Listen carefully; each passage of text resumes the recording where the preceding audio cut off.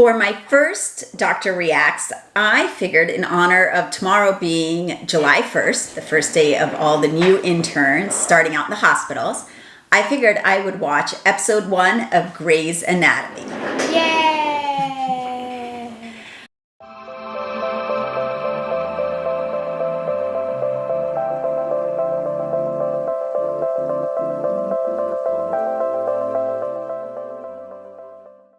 So Grey's Anatomy premiered in 2005. I believe it was March of 2005. Meredith Grey is an intern. I watched it when it first came out, so that's 14 years ago. I was a second year ophthalmology resident, so still pretty early. That's how old she is. She's older than 14 years. I am older than 14 years. So I was experiencing a lot of the same things that Meredith Grey was. She was an intern. I was just 2 years above her in training, so I watched the show religiously, but haven't watched it since then. And I thought it would be a great thing to watch, especially since Meredith Grey ends up dating her attending surgeon and gets married to him. I also had an intra-hospital romance and married my husband, but it was the opposite. I wasn't my husband's attending, but I was his senior resident and he was my junior resident, and we had been dating about 2.5 months, 3 months by the time Grey's Anatomy came out. So I felt like a lot of parallels with watching Meredith Grey. So I figured I will watch it now, and I've got my 10-year-old son, my oldest, who is the product of said inter-hospital romance. So let's take a look. The game. They say a person either has what it takes to play, or they don't. My mother was one of the greats. Me, on the other hand, I'm kinda screwed.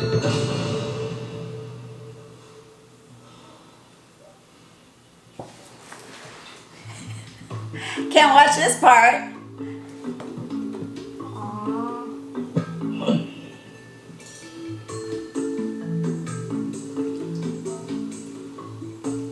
This is Humiliating on so many levels. You have to go. I moved 2 weeks ago from Boston. Can you breathe? It's my mother's Sorry. house. I'm selling it. You'll be able to watch in a second. For what? You said what? Oh, my mother's not dead. She's... You know what? We don't have to do the thing. Oh, we can do anything you want. Okay. No, the I thing. think they're Change clothed the now. details. Pretend we care. Look, I'm gonna go upstairs and take A a... month ago, you were in med school being taught by doctors. Today, you are the doctors. The 7 years you spend here as a surgical resident will be the best and worst of your life. You will be pushed to the breaking point. Look around you. Say hello to your competition. 8 of you will switch to an easier specialty. 5 of you will crack under the pressure. 2 of you will be asked to leave. This is your starting line. This is your arena. How well you play? That's up to you. Like I said, First day of internship year, it's just, it is very similar to this. You're so nervous, you're so scared.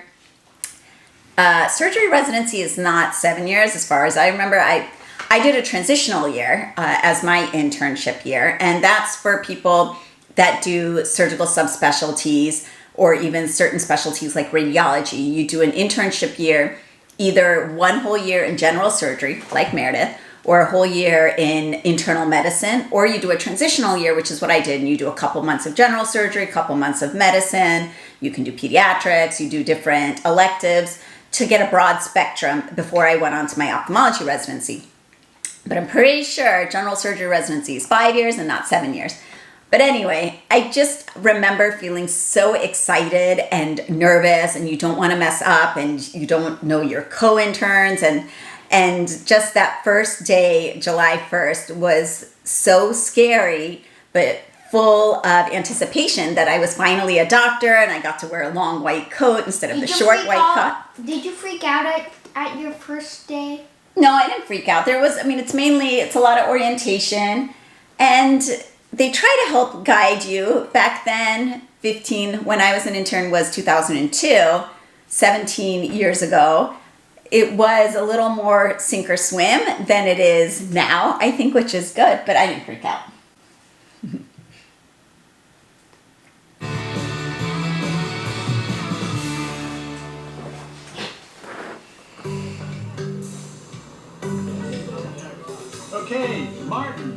Robinson, Bond, Hawkins, Bond. Only 6 women out of 20. Yeah, I hear one of them's a model. Seriously, that's gonna help with the respect thing? Christina, right? Patton, Monroe, Groom, Osborne. Which resident you assigned to? How about Bailey? Nazi? Me too. You got the Nazi? So did I. At least we'll be tortured together, right? I'm George. O'Malley. We met at the... I've never seen a co-ed locker room, at least in all my years of practice. All our locker rooms are not for, well, actually, I don't even remember getting a locker. Yeah, I didn't get a locker as an intern or a resident. Yeah, you stashed your stuff. You just had to bring it. I didn't have a locker. I know what this is. There was no nice place to change. That's like so convenient. It is convenient to have a place to put your things. Rule number 1, don't bother sucking up. I already hate you. That's not going to change. Trauma protocol, phone list, pagers. Nurses will page you. You will answer every page at a run. A run, that's rule number 2. Your first shift starts now and lasts 48 hours. Do you see it? The pager? Yeah, those are the black things. The black boxes before cell phones. Have you ever seen a pager? So. And it's like so small. It's so small, but had no. I remember getting my pager as a medical student, being really excited, and only when you're an intern do you realize you're so tied then to everybody and everything, and you come to hate your pager. Do they even have pagers now, or maybe they just use cell phones? I don't really know. I'm not sure. Someone comment below, let me know, because I trained a while ago. I trained in this era. Shift is a marathon, not a sprint. Eat. I can't. You should eat something. You try eating after performing 17 correctly. I don't ever remember having time for our entire team to sit and eat lunch like this. I got some coming around here. Just totally never happens, because who's taking care of the patients then? You grab a Doritos, you grab your Mountain Dew, and then you go. Done. You don't have time to sit like this. It seems very civilized, but I don't remember doing this. Certainly not as an intern. I need Cheetos and Sorry, we don't eat those things now. I only did when I was an intern and resident. Petty Bryce is a pain in the ass. Belongs to the new attending now. Dr. Shepard, he's over there.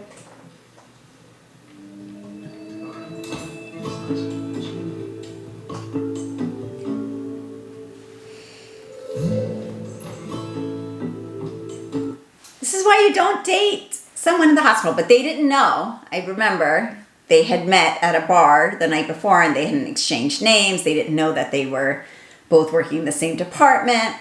My husband and I actually met at a bar as well in New York, but it was a group of residents, so I knew that he was going to be a junior resident starting out, even though he had come out a month earlier, so it wasn't as if, and we did, nothing happened. He was very shy and quiet, but we did meet beforehand. But this is why, because it can be very awkward running into someone at the hospital. like this awkward, like, oh my god. Kind of. Yes. Dr. Shepard. This morning was there. Now it's Dr. Shepard. Dr. Shepard, we should pretend This it is never so happened. inappropriate. Were you sleeping with me last night? Or are you throwing me out? Very the street? inappropriate. Both are fond memories I like to hold on. No. He's so charming. I get it. He's McDreamy. But this power dynamic differential between attending and intern, it's so inappropriate because she can't say no to a date. She can't say yes to a date. It's awful. And this kind of Why thing. can't she say no to a date? Well, she can say no, but then is he going to retaliate in some way and not give her surgeries or write her a bad recommendation? And now there's there's the Me Too movement. It's all of this is brought to the forefront, which 15 years ago it wasn't. So it's kind of, I smile when I watch it, but almost cringeworthy because he should really know better, even before Me Too, that this was not appropriate. There will be no memories. I'm not the girl in the bar anymore, and you're not the guy. Exactly. This can't exist. That's right. You get that, right? Go, Meredith. You took advantage of me and now you want to forget about it. I did not I was take- drunk, vulnerable, and good looking, and you took advantage. Okay, I was the one who was drunk. He's trying to flirt with her. Good looking. Maybe not today. Last night I saw a good looking had my red shirt on, my good looking shirt, and you took advantage. I did not. He really should know better. Say Friday night. No. You're an attending, and I'm your intern. Stop looking at me like that. Like what? Like you've seen me naked. Dr. Shepard, this is inappropriate. That ever occurred to you? Exactly. Go, Meredith. It is inappropriate. Of course, she ends up dating him and marrying him. I know. But still, she really tried to be firm with the line right there, which is good for her. I'm disappointed. Patrick Dempsey, I'm disappointed.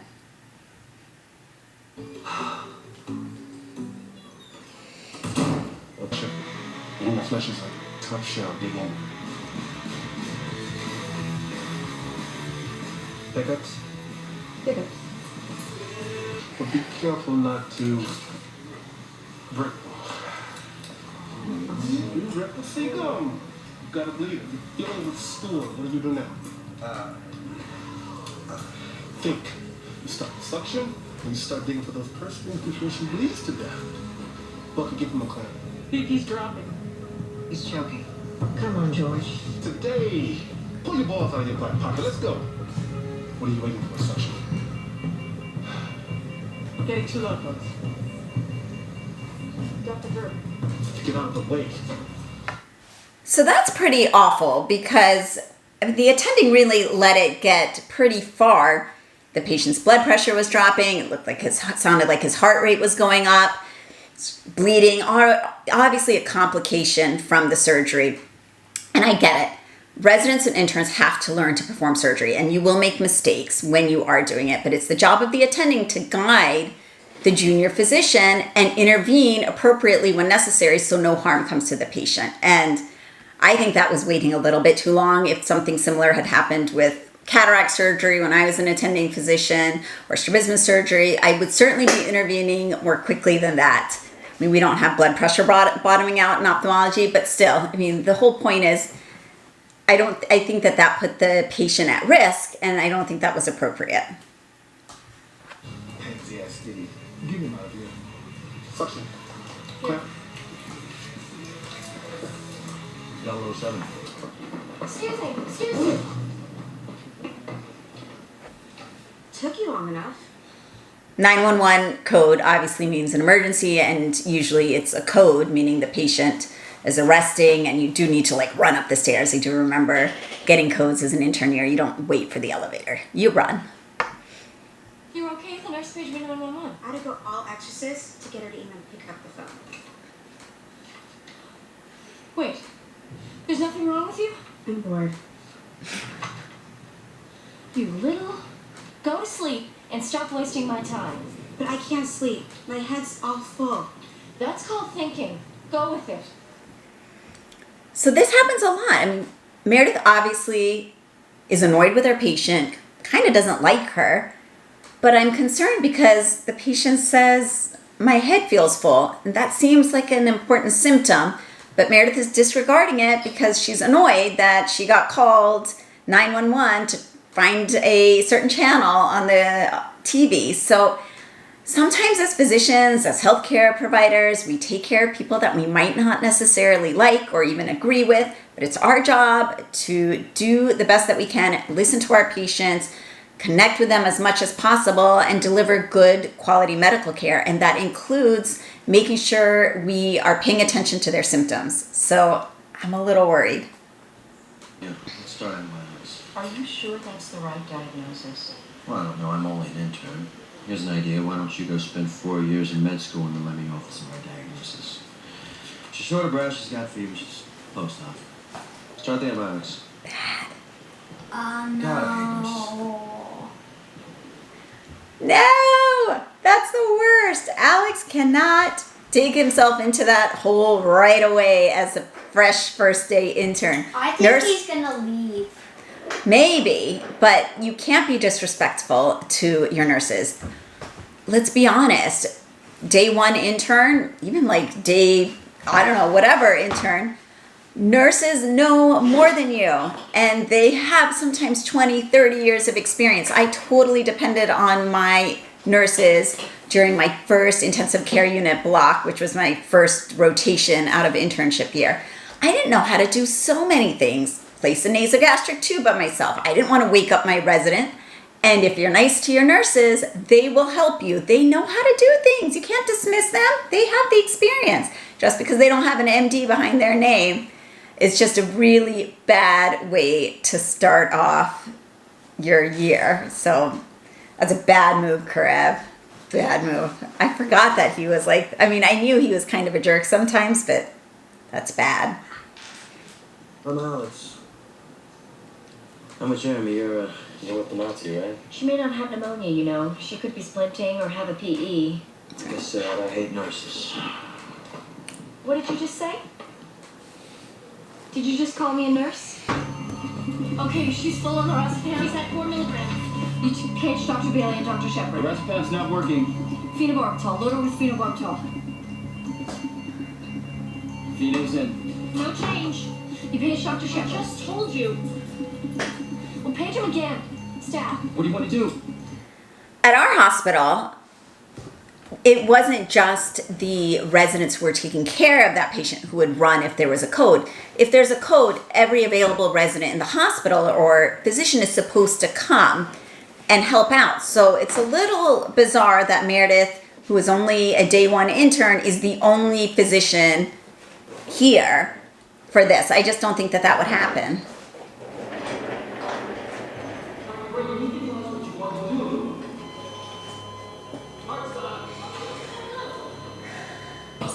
Charging.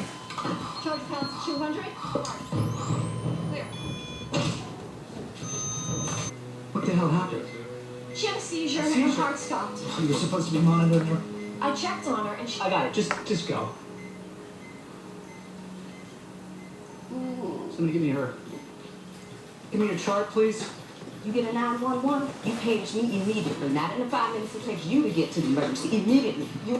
That's why it's so hard to have a relationship with someone in the hospital, because you need to be focused on patients. And right there was that little bit of thing between Derek and Meredith, and, you know, is it going to compromise patient care? It's just difficult. And in ophthalmology residency, obviously the stakes are not as high as general surgery, and my husband and I did not have the power dynamic difference. We were basically co-residents together, but still, it does possibly, if you're in a fight or if there's something weird going on between the two of you. Like, No. If Daddy and I had been like arguing or something, could it have affected patient care? Maybe, you know. On my team, if somebody dies, What do you think it could be? I don't know. When will you know? I don't have an answer for you for now. Katie is stable. Wait one damn minute. We came here because this hospital is supposed to be the best in Washington. That's my kid in there. My kid. And you have the audacity to stand here and tell me I don't know. Mr. Bryce? No, I want someone else. A doctor who knows what they're doing. You get me someone else. Someone better than you. Mr. Bryce, I assure you that I am working hard on Katie's No, case. you're not. If you were, you'd be able to give me some answers. I put you on a bypass machine, which pumps blood for your heart. So that's a terrible situation. I'm a pediatric eye surgeon. I take care of children as well. And a lot of times, patients, families, their parents, they just want an answer. And it is so hard to hear that we don't have an answer or we're still working towards a diagnosis. It's a very difficult situation because I understand the need for the parents to have a treatment, have a diagnosis, a treatment, an action plan. It makes you feel a little more in control over a situation that's completely out of your control. And Derek did a great job. I mean, he admitted he wasn't sure yet of what the diagnosis. Take a toll on physicians to get that from patients and their families. But I also understand, being a parent myself, how frustrating that is for the parents. And it's heartbreaking when you can't give a parent an answer and you're just trying to work through it and figure it out. And you want to figure it out just as much as they want you to figure it out. But Turn a banana with a vein hope that wakes up my brain. Are you smiling at that, my son? I used to do that, not make fun of other interns, but practice suturing, and most of us did. Not on a banana. I used to do it on an orange. I'd peel the orange and then try to suture through the rind without penetrating the eye, or, the orange. I like oranges. Yeah. So, and then the other thing we would do is go to the butcher shop downtown and get pig eyes and practice on those. And I would do them on my kitchen table, which is a little gross and a little, not the most sanitary. I mean, I put stuff down, but still. But that's the only way to practice. You got to practice and practice before you're actually operating on someone. It's real eyeball. Wait, you can buy pig eyes? Yeah, we wouldn't even have to buy them. We would just get them for free because they would be butchering the pig and they would just give us the eyeballs to just call ahead. Chronic renal failure or acidosis. It's not a tumor because her CT's clean. Are you seriously not going to tell me why you won't work with Shepherd? You know what those are? Journals. You had to look everything up in books. I thought that was iPads. No iPads back then. No iPads. No apps. No e-publications ahead of print of the journal. I mean, there were some limited. I remember. I think I had computers, right? There were computers. I had a Palm Pilot, and that you had a few apps on it. Did And you play Pac-Man on them? No. You don't play games on. They didn't really have games on there. Yes, but we would have to look things up in the med school library to be able to find out diagnoses. It's crazy. Crazy. Horrifying. Horrifying. You pick someone to scrub in if we helped? Oh, yes, right. I'm sorry I can't take you both. It's going to be a full house. Meredith, I'll see you in an hour. What? Isn't she gonna say something? She was going to say no. What? She doesn't say no. Why? What? I think because she realizes she likes surgery and she wants to be involved. Okay, so it looks like they're doing some kind of 40 or 48 hour call. Back in 2005, I did my residency in New York, and we had a cap on the number of hours we were allowed to be on call, in-house call, where you're actually staying in the hospital and awake.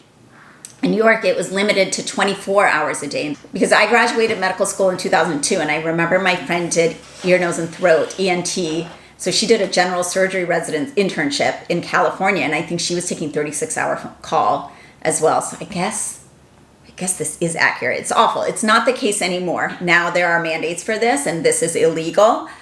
But yes, I did forget New York was a special situation, and the rest of the country hadn't caught up with New York until later.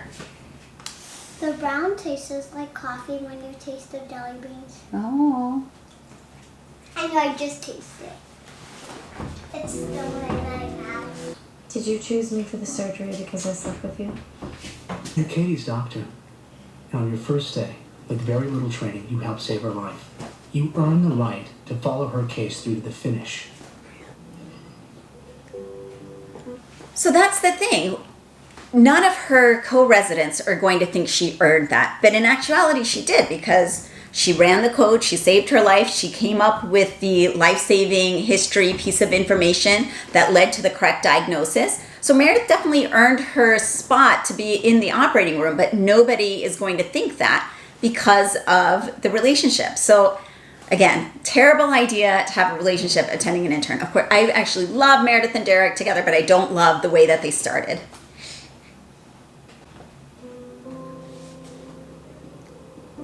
And side note, so even though I was not an attending when my husband was a resident, I was a year above him. I was the chief resident along with my other friend. We were the two chief residents during our third year of ophthalmology residency. And so as chief resident, we are in charge of making the call schedule and the vacation schedules. And my husband was a year below. So I was making his call schedule. I was assigning which hospitals he would rotate at. And as fair and as impartial as I tried to be, I would make sure that my co-chief resident would do his schedules. I really tried to make sure that nobody could accuse me of favoritism.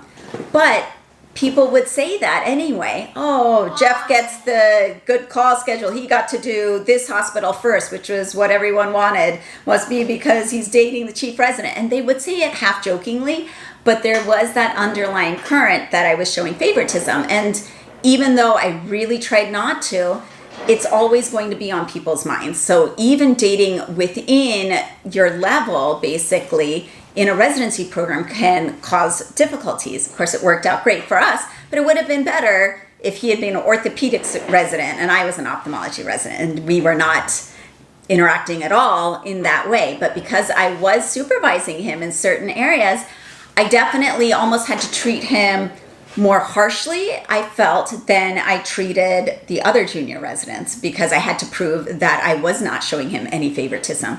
So I would have probably done the opposite and chosen Christina just to make a point that I wasn't choosing Meredith if I had been Derek.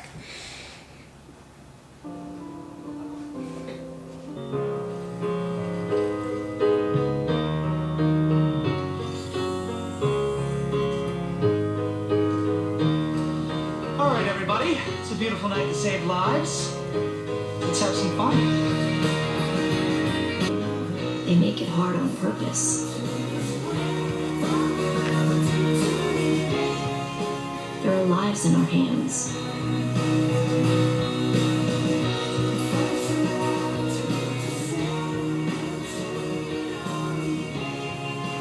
There comes a moment when it's more than just a game. I think that's so true. They do make residency, medical school, internship, they make it hard on purpose. And I think part of that is so that we know how to operate under stressful conditions and can make quick judgments when necessary and can be the best surgeons for our patients. But I think there's a way to do that without necessarily being abusive, verbally or physically. I don't think we have to haze the current junior residents and students to be able to bring out the best in them. I think there are many different ways that we can do that. And I think there is a little bit of an old school mentality sometimes with some of the older attendings that, well, I did it like this and it was brutal, so that's the way it's got to be. And I don't think that necessarily holds true anymore. It doesn't need to be the worst few years in your life. I loved my residency. It was challenging. It was hard. I was sleep deprived, but I made great friendships. I learned so much and I really enjoyed it. Obviously, I met my husband. So there's a lot of positivity that can come out of it. And I don't think we have to necessarily adopt the old school way of teaching to be able to get the best out of somebody. So anyway, thanks for watching with me. And if you want to know more or see more Dr. Reacts, please comment below, subscribe, hit the bell notification and all that stuff. And I will see you soon. Thanks.